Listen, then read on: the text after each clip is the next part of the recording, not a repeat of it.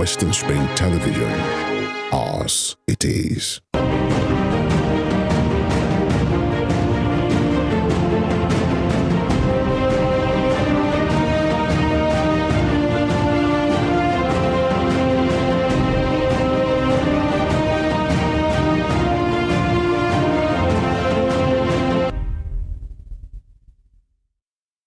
Here are the top stories of the news.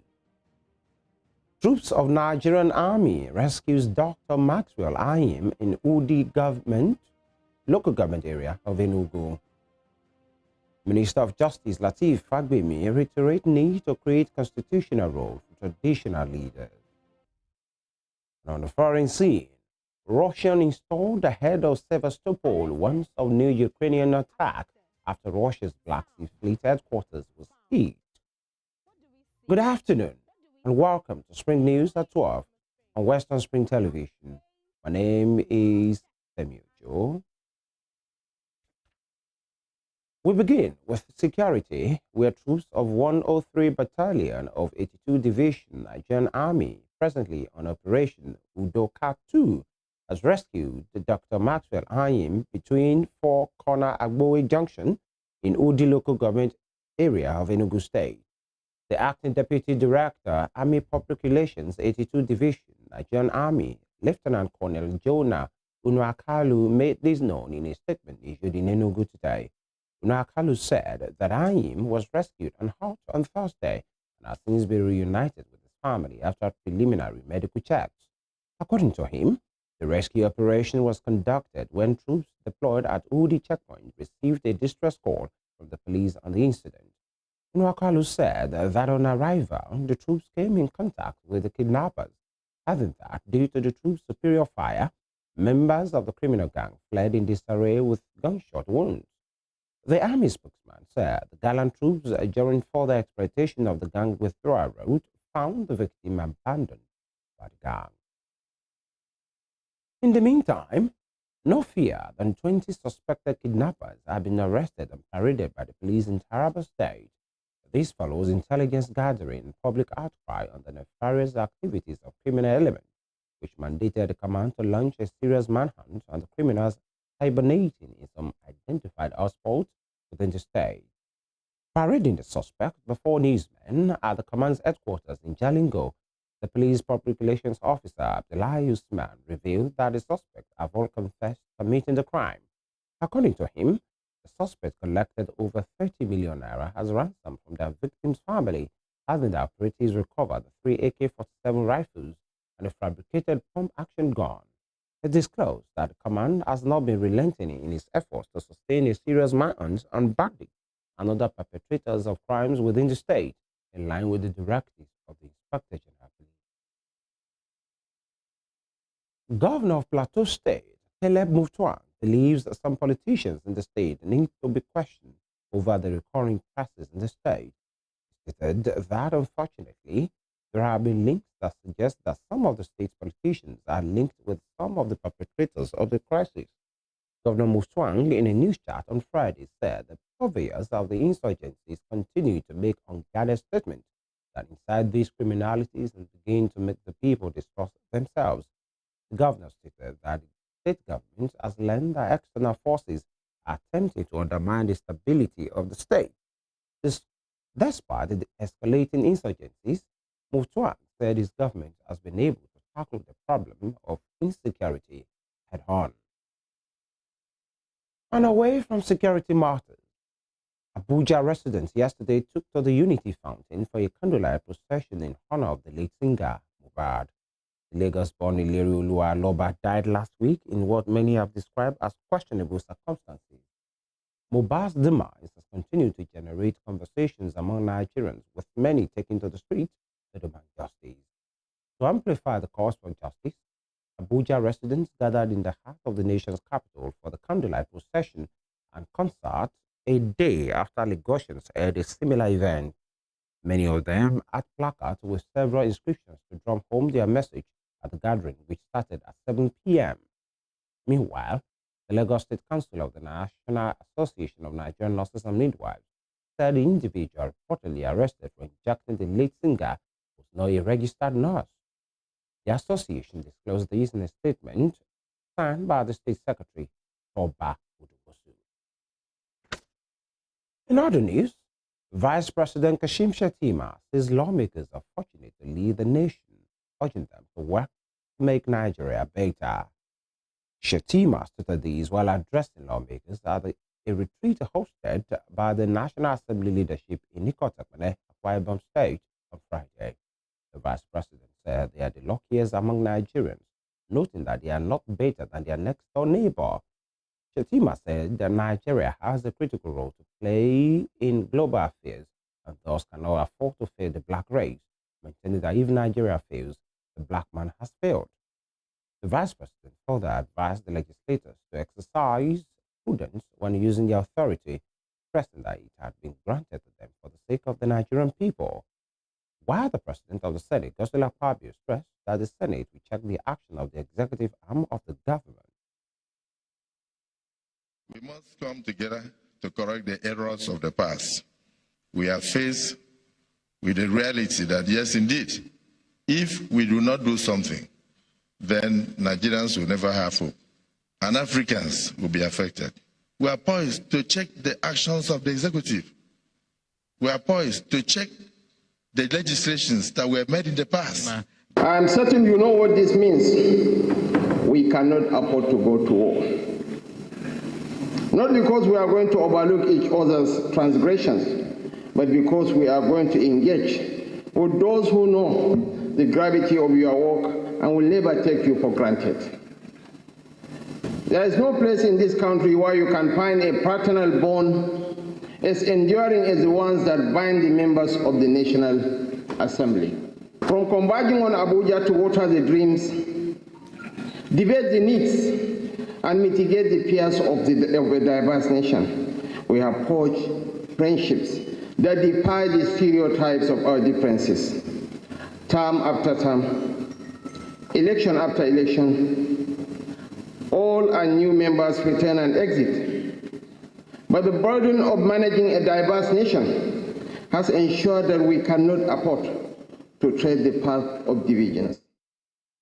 The Trade Union Congress of Nigeria on Friday vowed to ground economic activities in Lagos State as part of its protest against the ban on the operations of its affiliate union, the Road Transport Employers Association of Nigeria, by the state government. It also directed its members to mobilize for a one-day protest on Monday in preparation for withdrawal of service. The national president of the TUC, Festus Osifo, who made this known during a press briefing in Abuja, said all affiliate unions of the TUC expected to join the action. Mr. Osifo said the TUC had employed all the necessary tools of engagement for amicable resolution, including writing letters and holding meetings with the Lagos state government. The Labour leader further called on the Federal Ministry of Labour and Employment, which has the power to register and deregister trade unions, to caution the Lagos state government. There was a problem in Lagos as the Lagos state government technically proscribed retail in Lagos and took over the motor parks and locked the office of retail in Lagos. So when that happened, as a law-abiding center, we told our affiliates to approach the court. So they approached the National Industrial Court. And a judgment came on the 28th day of April 2023. And in that judgment, it was expressly stated that their offices should be opened, that the Lagos state government does not have rights to proscribe any union. The judgment of the court was not complied with. So we now decided to write to Lagos state government, trying to push them to enforce the decision of the court. But unfortunately, they did not yield to this. So we are going to carry out a protest in Lagos once again. Then after that protest, we will see when there is no solution inside, then there's going to be a total shutdown in Lagos State. Because for us, this is clearly not as acceptable. In order for us to carry out a successful protest in Lagos on Monday next week, we have informed the DG of DSS, we have informed the IGP, we have also informed the National Security Advisor. And the reason is that we want them to provide us with adequate security. Elsewhere, the Attorney General of the Federation and Minister of Justice, Lateef Fagbemi, has reiterated the need to create a constitutional role for traditional rulers in the country. Mr. Fagbemi stated these while speaking at the turning off the SOD ceremony of the bar building project of the Ibadan branch of the Nigeria Bar Association on Friday in Ibadan. He said this was necessary because traditional institutions remain the most accessible and closest to the citizens. The minister added that traditional rulers play an important role in communicating government policies and programs to members of the community and also help in the provision of succor during crises. You're watching Spring News at 12 on Western Spring Television. We'll be right back after this break. Stay with us.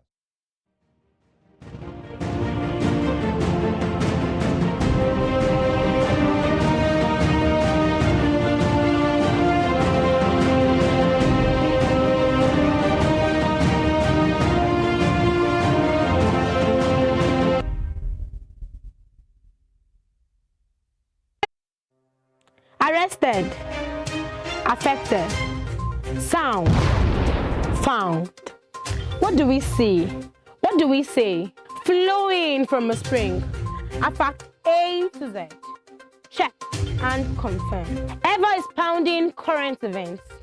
Traveling down from the business gist to the globally arising happenings, to the sports news, to the bittersweet infos. Guided transmission, even diffusion, vast and fast. Detailed facts are fled. Within seconds, nuggets of words that flew across borders are fired. Stories short and long, wrapped in bundles of words, broken and dissected as it is, except misheard. This is the news as it is.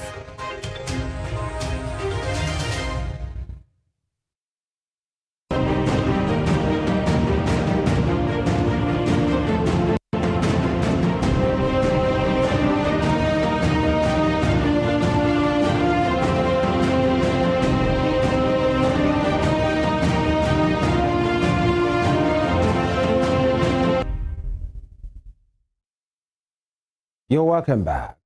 And talking business, the Minister of Power, Adebayo Adelabu, says the federal government has commenced investigation into the fire outbreak incident at the Transmission Company of Nigeria, TCN, in Kebbi State.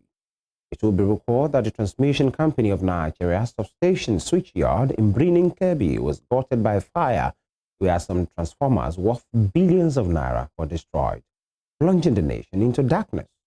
Speaking after the tour of facilities at the Oshogbo National Control Center and Transmission Company of Nigeria, Oshogbo Sub-Region, the minister said the federal government would deal severely with anyone caught culpable in the incident. He stressed the need to stabilize the national grid, which has collapsed 3 times in 2 weeks after 421 days of stability, revealing that the ministry has sought collaboration with the Office of the National Security Advisor, Nuhu Ribadu, to beef up security around installations to curb sabotage. Mr. Adelabu also appealed to workers of the Transmission Company of Nigeria to shun the act of vandalizing properties whenever there is an interrupted action.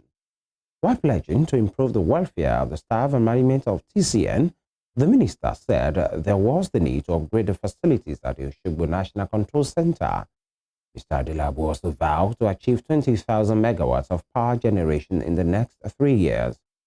He said the country should be able to evacuate and transport the power at the minimum of 80% of the stored capacity to the end users. So it is good that I visit this place to ensure that stability of the national grid is assured and to also see the kind of improvements we are making into expanding the capacity of the national grid. I mean, the importance of the ministry cannot be overemphasized. I've explained to you. You can't power industries, you can't power businesses. A lot of our graduates have turned to Okada riders. A lot of ladies have turned to prostitution just because they don't really have power to do their small businesses, even cottage industries. They are reducing in number. So the country needs us. The Nigerians, they need us. And the president needs us to achieve his mission of the New Hope agenda. And like I mentioned earlier, we cannot afford to fail Mr. President. We cannot afford to fail Nigerians. And what they are asking for us is not something that is not achievable. It is quite achievable. I just came back from a summit, a ministerial conference in South Korea, Busan, on just energy transition and agricultural transformation. And I listened to other countries. Out of all of them, the story of South Korea itself interested me and what they were able to achieve within a short period. This was a country that was war-torn for years until the ceasefire agreement of 1953. At that time, Nigeria was sending food aids to South Korea. Yes, we were sending food aids, we were sending seeds for the agricultural industry at that time. And this country was producing and generating less than 1,000 megawatts. That's 1 gigawatt of power. Today, between the 50s and today,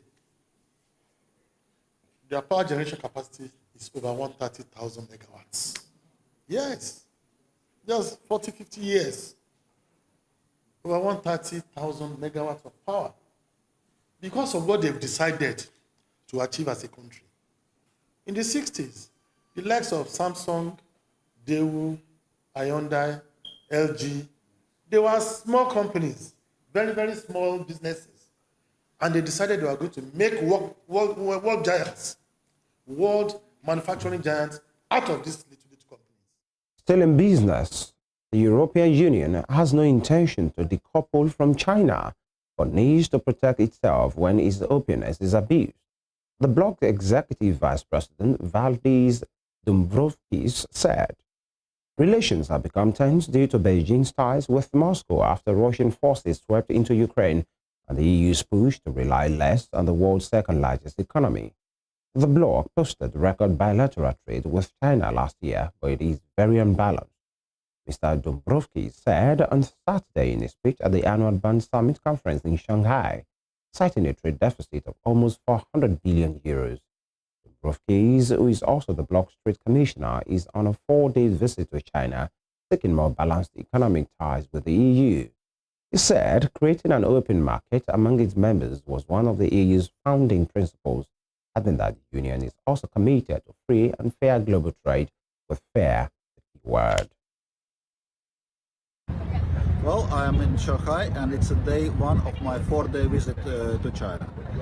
Shanghai is a booming city and with a great presence of international and European businesses which contribute to around a quarter of Shanghai's GDP. There are many mutual opportunities for EU-China cooperation. Actually, China is the second largest trading partner of the EU. So I will use this occasion to discuss the opportunities for businesses of both Europe and China, but also the challenges and trade irritants which we are facing. So we need to work to make our trade relationship more balanced and reciprocal. Meanwhile, U.S. President Joe Biden will travel to Michigan on Tuesday to show support for the United Auto Workers strike against Detroit automakers, putting him in the center of the dispute that has pitted his labor allies against major manufacturers. Biden, a Democrat, sees himself as a pro-union president, and his visit to the state comes a day before former President Donald Trump is scheduled to be there. President Biden, in a post on X on Friday, said he will visit Michigan on Tuesday to join the picket line and stand in solidarity with the men and women of UAW as they fight for a fair share of the value they help create. Biden is running for re-election in 2024 and will likely face Trump, who is the frontrunner for the Republican presidential nomination. A spokesman for Trump's campaign said Biden's trip to Michigan was a cheap photo-op. The UAW had on Friday invited Biden to visit workers on his picket line and said it would expand his Detroit strike to parts distribution centers across the United States at General Motors and Chrysler parent Stellantis. We invite and encourage everyone who supports our cause to join us on the picket line, from our friends and families all the way up to the President of the United States. We invite you to join us in our fight. The way you can help is to build our movement and show the companies that the public stands with us and stands with our elected national negotiators. And on the foreign scene, the Russian installed head of Sevastopol in annexed Crimea has warned of new Ukrainian missile strikes after Russia's Black Sea Fleet headquarters was targeted.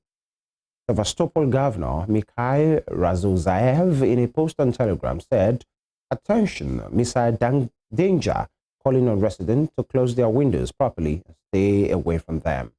He also asked commuters to get out of cars and public transport and seek shelter in a safe place.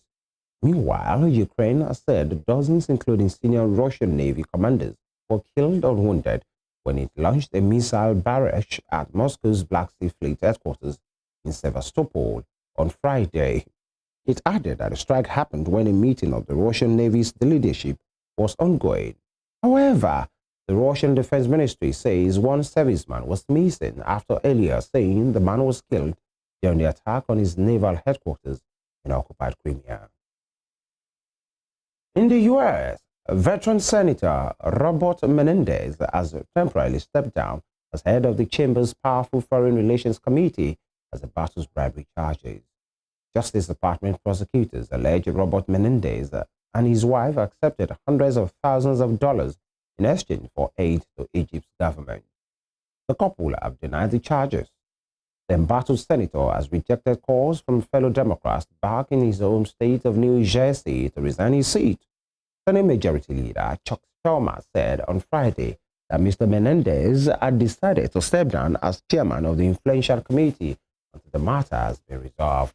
It is not the first time that Mr. Menendez, 69, who has served in Congress since 2006, has had to give up the coveted post on the Foreign Relations panel. He stepped down also in 2015 after being indicted in New Jersey on charges that he had accepted bribes from a Florida eye doctor. Today I'm announcing that my office has obtained a 3-count indictment charging Senator Robert Menendez, his wife Nadine Menendez, and 3 New Jersey businessmen, while Hannah, Jose Uribe, and Fred Davies, for bribery offenses. The investigation that led to these charges has been run out of the Southern District of New York. The indictment alleges that between 2018 and 2022, Senator Menendez, the senior U.S. Senator from New Jersey and the chairman of the Senate Foreign Relations Committee, and his wife Nadine Menendez, engaged in a corrupt relationship with Hannah, Uribe, and Davies. The indictment alleges that through that relationship, the senator and his wife accepted hundreds of thousands of dollars of bribes in exchange for Senator Menendez using his power and influence to protect and to enrich those businessmen and to benefit the government of Egypt.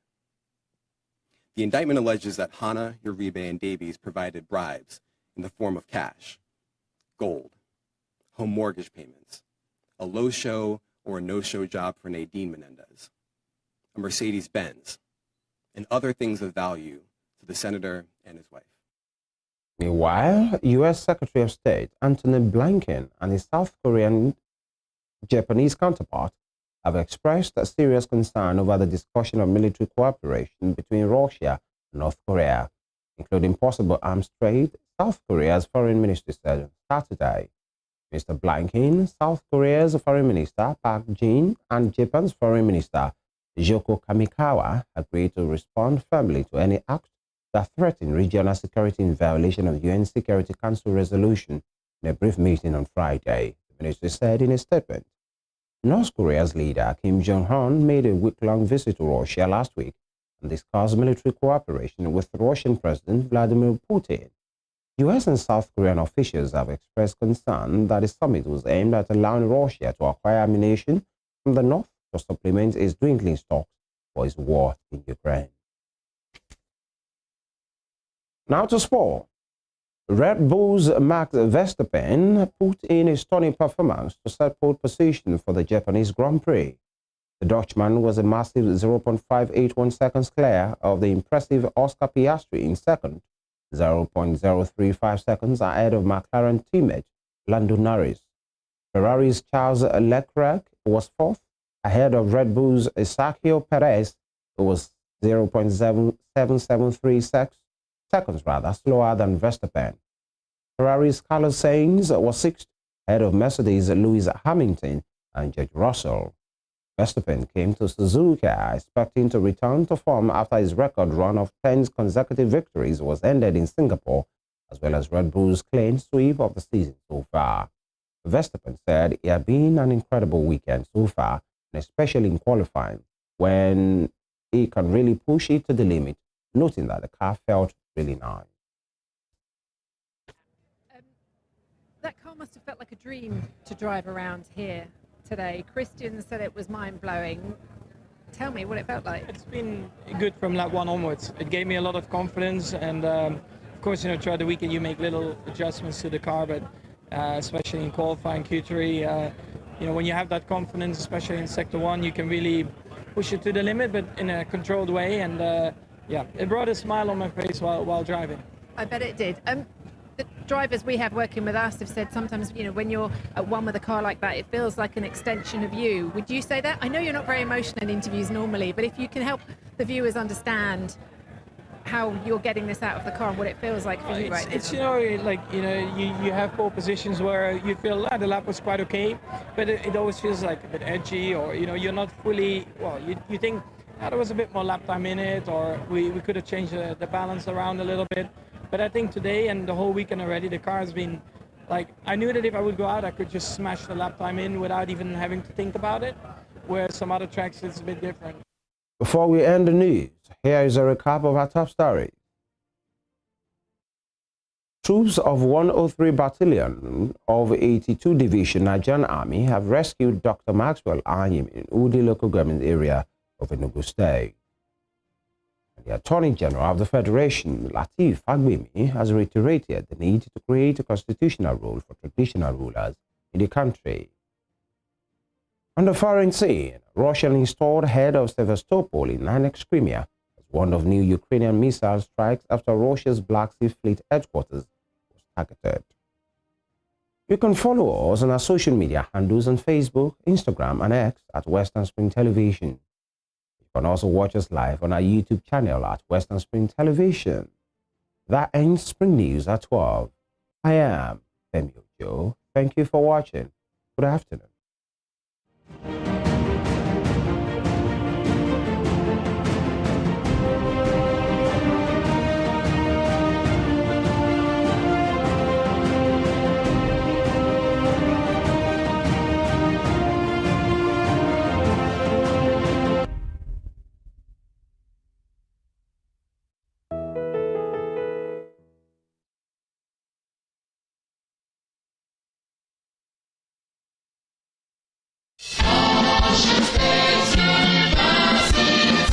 The Vice Chancellor, Professor Dwayo Clement Adepoye, on behalf of the Senate and the congregation of the Osho State University, cordially invites the general public to the 12th and 13th convocation ceremony of the university, holding between Friday 22nd of September and Thursday 28th September 2023. Some of the highlights of the event are: Tuesday 26th of September, convocation of the Colleges of Humanities and Culture shall take place at the Olagunsoye Oyinlola Auditorium by 10 a.m., followed by the convocation for the College of Management and Social Sciences by 1 p.m. Wednesday 27th September, Foundation Day